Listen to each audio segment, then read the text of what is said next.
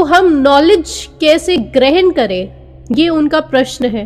तो सबसे पहली चीज, ज्ञान किसे कहते हैं उसका असली अर्थ हमें समझना पड़ेगा, क्योंकि अभी तक हम ज्ञान उसे समझते हैं कि किसी ने आपसे कोई प्रश्न पूछा और आपने 100 प्रकार की संज्ञाएं उसे बता दी, यानी कि आपको 100 प्रकार के उसके रिसर्चर्स पता है, 100 प्रकार के उसका आपको सोशियोलॉजिस्ट के नाम ले दिए, साइकोलॉजिस्ट के नाम ले दिए।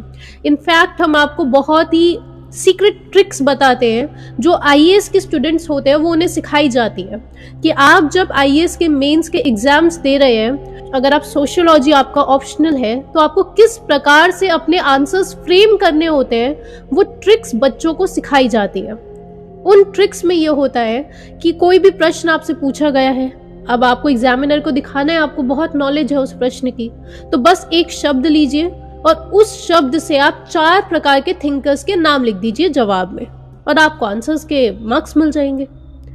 कोई इंटरप्रिटेशंस नहीं देनी है। अगर सोशल मोबिलिटी शब्द बोला है तो सोशल मोबिलिटी बता दीजिए, कोई भी शब्द। हायरार्की बोला है तो हायरार्की बता दीजिए, रेसिज्म बोला है तो रेसिज्म के बारे में 4 प्रकार के शब्द बता दीजिए। ये सिंपल सा लॉजिक होता है जो आईएएस के स्टूडेंट्स तक को समझाया जाता है। उसी प्रकार की सारी बातें न्यूज़पेपर्स में हम पढ़ते हैं, उसी को हम समझते हैं कि नॉलेज कहा जाता है। बड़ी बड़ी पर्सनालिटीज जिसे हम मानते हैं कि ये इंसान जो स्टेज पर खड़ा है वो तो बहुत बड़ी पर्सनालिटी है, उनकी जब हम स्पीचेस सुनते हैं तो हमें लगता है कुछ बहुत अच्छा है। यहाँ से आपके दिमाग में एक चीज फिट होती है कि नॉलेजेबल इंसान है, यानी कि 4 प्रकार के थिंकर्स को पढ़ा हुआ है। अब आपकी नॉलेज की डेफिनेशन क्या बनी यहाँ पे कि हमने 4 प्रकार की 100 प्रकार की अगर संज्ञाएं हमें पता चल गई, यानी कि बहुत नॉलेज ग्रास्प कर लिया। ऐसा आपको अभी लग सकता है और इसी को कहा जाता है कि ये पर विद्या है। लेकिन क्या उसे ही नॉलेज कहा जाता है? नहीं। आप कुछ इस प्रकार से समझे कि बहुत सारी लेयर्स होती है। पहले तल पे कोई डेटा एग्जिस्ट करता है, यानी कि बिना प्रोसेसिंग किया हुआ डेटा। जैसे कंप्यूटर लैंग्वेज में भी अगर आप देखते हैं कि आप लोगों के कॉल डेटा रिकॉर्ड्स अभी अवेलेबल है, तो वो डेटा है। अभी तक उसे कोई इस्तेमाल में नहीं लाया जा सका, कोई यूज में नहीं लाया जा सका। उदाहरण के लिए आपने सिर्फ ये पढ़ लिया कि अच्छा मोदी सरकार ने एक न्यू स्कीम लॉन्च करी है, वो भी डेटा की तरह काउंट कीजिए, उसकी अभी तक 0 इंटरप्रिटेशंस बनी है। डेटा यानी कि अभी तक उसमें से कुछ इंटरप्रिटेशन नहीं निकल पाई है। उसके बाद आपने कुछ उससे इंटरप्रेट करा और वहां से डेटा से इंफॉर्मेशन क्रिएट हुई है। जैसे आप लोगों के कॉल डेटा रिकॉर्ड्स, आप लोगों की सारी मोबाइल फोन लोकेशंस की ट्रैकिंग, आप लोगों की सारी क्रोम ब्राउजर की हिस्ट्री की ट्रैकिंग, आपकी जितनी भी एक्टिविटीज आप मोबाइल फोन पर कर रहे हैं, आप जब स्विगी से ऑर्डर कर रहे हैं, आपकी कितनी बार आपने किसी रेस्टोरेंट को उसको ओपन करा है, ये एक एक इंफॉर्मेशन वो कलेक्ट करते हैं और यहाँ से एक ट्रेंड्स क्रिएट होते हैं कि ह्यूमन बिहेवियर क्या है। यहाँ से वो ट्रेंड समझ में आते हैं। बहुत बारीक बारीक के सारा डेटा कलेक्ट किया जाता है और यहाँ से प्रिडिक्शंस निकलती है। यहाँ से समझ में आता है कि इंसान कोई भी रेस्टोरेंट ऑर्डर करने से पहले अगर उसकी सैलरी इतनी से इतनी रेंज में, मान लीजिए मीडियम रेंज की सैलरी है, तो वो 10 बार रेस्टोरेंट्स को सर्च करेगा। ये एक बेसिक इंफॉर्मेशन यहाँ से क्रिएट होती है। और इसी का और मैग्निफाइड वर्जन अगर आप देखना चाहते हैं, उसे कहा जाता है बिग डेटा। बिग डेटा जिसे वो लोग आर्टिफिशियल इंटेलिजेंस और रोबोट्स में फिट करते हैं कि कैसे कोई रोबोट बहुत ज्यादा सेंटिएंट बीइंग की तरह परफॉर्म कर सके, कि अगर उस रोबोट में इतनी ज्यादा इंफॉर्मेशन फीड करी जा रही है कि अगर कोई इंसान थोड़ा सा बोल दे, अरे नहीं ऐसा बोल दिया उस इंसान ने, तो उस रोबोट में ये इंफॉर्मेशन फीड करी गई है कि वो इंसान थोड़ा एंजियस हो सकता है, यानी कि एंजाइटी है। तो अब आप इस प्रकार की बात बोले उसे, कौन सा डायलॉग बोलना है। आपको क्या लगता है ये एक इंसान की उपज है जो उस आर्टिफिशियल इंटेलिजेंस जो उस रोबोट में फिट करी गई है? ऐसे रोबोट्स एग्जिस्ट करते हैं। आपको ऐसा महसूस होगा कि ये क्या सच में इमोशनल बीइंग है, ये क्या सच में सेंटाइंट है, ऐसा महसूस होगा। लेकिन वो सारी इंफॉर्मेशन उन्होंने फीड करी है क्योंकि वो इतने सालों से हम सब का बिग डेटा कलेक्ट कर रहे हैं। इसी को कहा जाता है कि डेटा कलेक्ट कर करके आप लोगों की सारी जो एक्टिविटीज है उसे कलेक्ट कर करके जो डेटा के फॉर्म में थी उसमें से ट्रेंड्स पिक करे जाते हैं और उन ट्रेंड्स को इंफॉर्मेशन में कन्वर्ट करा गया है और वहां से बिग डेटा के थ्रू आज आर्टिफिशियल इंटेलिजेंस और रोबोट्स में वो डेटा फिट किया गया है। इसे कहा जाता है डेटा से इंफॉर्मेशन। उसके बाद नॉलेज क्रिएट होती है, नॉलेज जो अभी आप समझ रहे हैं, और उसके बाद की स्थिति आती है जिसे कहा जाता है विजडम। विजडम एक चीज होती है जिसे हम कह सकते हैं उससे भी ऊपर होती है केवल ज्ञान की स्थिति, जहां पर आपको इस पूरे कॉस्मोस की, इस पूरे यूनिवर्स की एक एक चीज समझ में आ जाती है। आज के इस टाइम पर अगर आप किसी भी साइंटिस्ट से, बड़े बड़े साइंटिस्ट से भी ये प्रश्न पूछ लेंगे कि क्या कोई ऐसा मेथड एग्जिस्ट करता है कि इस पूरे ब्रह्मांड की सारी जानकारी हमें मिल जाए, क्या कोई ऐसा मेथड एग्जिस्ट करता है कि हम आकाशिक रिकॉर्ड्स अगर एग्जिस्ट करते हैं, जैसे कुछ साइंटिस्ट का कहना है, जैसे पर्सी सेनेट जिन्होंने आकाशिक रिकॉर्ड्स का टर्म ये कॉइन करा है, वो बोल रहे हैं हाँ आकाशिक रिकॉर्ड्स एग्जिस्ट करते हैं। या फिर आप जो 0 पॉइंट क्वांटम एनर्जी, इसको आप स्टडी कीजिए, तो अगर आप इन सारे साइंटिस्ट से पूछे बैठ के कि क्या कोई ऐसा मेथड एग्जिस्ट करता है कि हम इन आकाशिक रिकॉर्ड्स को एक्सेस कर पाए, अब नॉलेज ही चाहिए ना, तो पूरे ब्रह्मांड के लीजिए, आप एक जगह पे क्यों अटक रहे हैं? तो किसी भी साइंटिस्ट के पास इसका कोई जवाब नहीं है। सिर्फ और सिर्फ धर्म ग्रंथ इसके एक तरीका बताते हैं। अगर आप जैनिज्म, बुद्धिज्म, हिंदुइज्म, इन रिलीजन्स के स्क्रिप्चर्स पढ़ते हैं तो उसमें कुछ ऐसी टेक्निक्स बताई जाती है और आपको सुन के बहुत हैरानी होगी। केवल यही रिलीजन्स नहीं, बल्कि अगर आप कबलिस्टिक टीचिंग्स को भी पढ़ते हैं तो वो भी सिर्फ सब एक मत है इस एक चीज पर कि सिर्फ और सिर्फ मेडिटेटिव स्टेट्स में ही आपको पूरी कॉस्मोस की नॉलेज मिल सकती है। अभी ये जो शब्द मैंने बोले ये केवल शब्द है, उसके अलावा और कुछ ज्ञान में भी नहीं बदला होगा, क्योंकि हम इमेजिन ही नहीं कर पा रहे हैं कि कॉस्मोस की नॉलेज मतलब क्या है। वो बोल रहे हैं कि आपको एक ऐसी स्थिति आ सकती है जिसमें आपको इस पूरे ब्रह्मांड की हर एक नॉलेज को आप एक्सेस करने के लिए रेडी हो चुके होंगे, और एक ऐसी स्टेट होगी कि आप जब चाहें उस समय पर उस नॉलेज को आप एक्सेस कर सकते हैं। और आपको इजी भाषा में समझाते हैं कि जैसे कुछ साइंटिस्ट है, रिचर्ड फेनमैन है, तो वो कहते हैं कि इस पूरे ब्रह्मांड में क्वांटम वेव्स के रूप में वो सारी इंफॉर्मेशन बह रही है, और वो जो इंफॉर्मेशन है, वो जो क्वांटम वेव्स है, वो एक फील्ड की फॉर्म में हर जगह प्रेजेंट है। और ये केवल फिजिकल ही नहीं बल्कि एक इंटेलेक्चुअल फील्ड है, सिर्फ फिजिकल ही नहीं, एक इंटेलेक्चुअल फील्ड की फॉर्म में वो सारी जानकारी मौजूद है। और ये जो जानकारी है ये आपके ब्रेन के इलेक्ट्रॉन्स को इम्पैक्ट करने में पूरी सक्षम है। और इसी को कबाला जो टीचिंग्स होती है वो कहते हैं कि कहीं से अचानक से एक रियलाइजेशन आता है, कहीं से ऐसा लगता है कि like a click of a second और एकदम से एक आइडिया आ गया, उसे कहा जाता है कोकमा। इस प्रकार की सारी बातें हर रिलीजन कर रहा है कि मेडिटेटिव स्टेट्स में आप इन क्वांटम वेव्स को एक्सेस कर सकते हैं। अब अगर हम बोल रहे हैं आप पूरे कॉस्मोस की जानकारी आपको मिल सकती है इन्हीं मेडिटेटिव स्टेट्स में, तो उसका अर्थ ये होता है कि आप इतने ज्यादा रिलैक्स्ड बीइंग बन चुके हैं कि कोई भी क्वांटम वेव को जितना आप अभी मुझे देख सकते हैं उतना ही क्लियरली आपको एक आत्मविश्वास आ जाएगा, आपको एक कॉन्फिडेंस आ जाएगा, आपको इतनी सर्टेनिटी हो जाएगी एक चीज को लेके कि मैं किसी भी क्वांटम वेव को एक्सेस कर सकता हूं।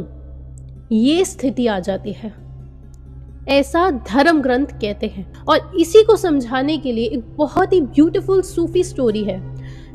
जुन्नैद जो थे वो एक बहुत बड़े सूफी संत थे, बहुत फेमस थे, बहुत प्रचलित था उनका नाम। वो अपने डिसाइपल्स के साथ जा रहे थे और रास्ते में उन्हें एक वो ग्वाला दिखा, भैंस को लेके जा रहा था वो ग्वाला। जुन्नैद जो थे वो जहाँ भी जाते थे हर कुछ देर में अपने डिसाइपल्स को कुछ ना कुछ टीचिंग्स दिया करते थे। अब ये बात इतने बड़े सूफी संत है, वो जानते थे कि टीचिंग्स तो मैं दे रहा हूँ, ये उनकी समझ में बात आ रही है लेकिन बोध अभी नहीं हुआ है इन्हें।